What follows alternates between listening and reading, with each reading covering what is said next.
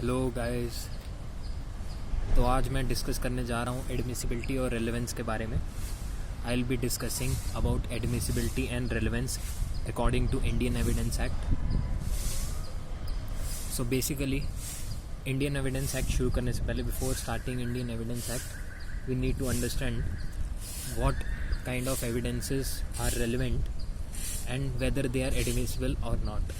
Section number 5 to 55 touch upon the relevancy part, and before proceeding with the trial, one has to prove that the evidence ought to be produced before the court is relevant.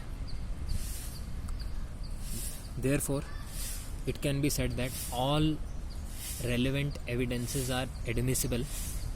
However, all admissible evidences may not be relevant. अब इसकी example ये होती है, for instance hearsay evidence. Though it is relevant, A told B that he had seen the murder of X, but B did not see that directly.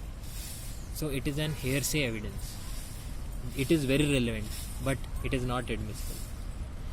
But if you now look at section number 6, it tells that if it forms the part of same transaction, and एक case था जिसके हिसाब से supreme court ने कहा था कि if it is very contemporaneous, बहुत ही अगर रिलेटेड है, स्पॉन्टेनियस है, in that case it may be an exception to the rule and therefore hearsay may be admissible, और इसे हम कहते हैं res gestae. Now coming on the part of whether admissible evidence can be irrelevant, मतलब कि some evidence which is not relevant, can it be admissible? Though it is rare, but yes, it is possible.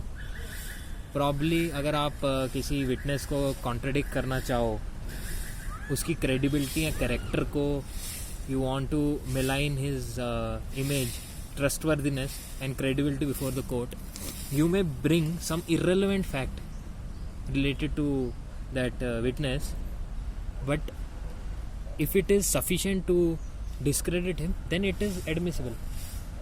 That submission will be admissible. Therefore, this is an exception, and you need not focus on it, but generally speaking, you can clearly say that all relevant evidences are admissible.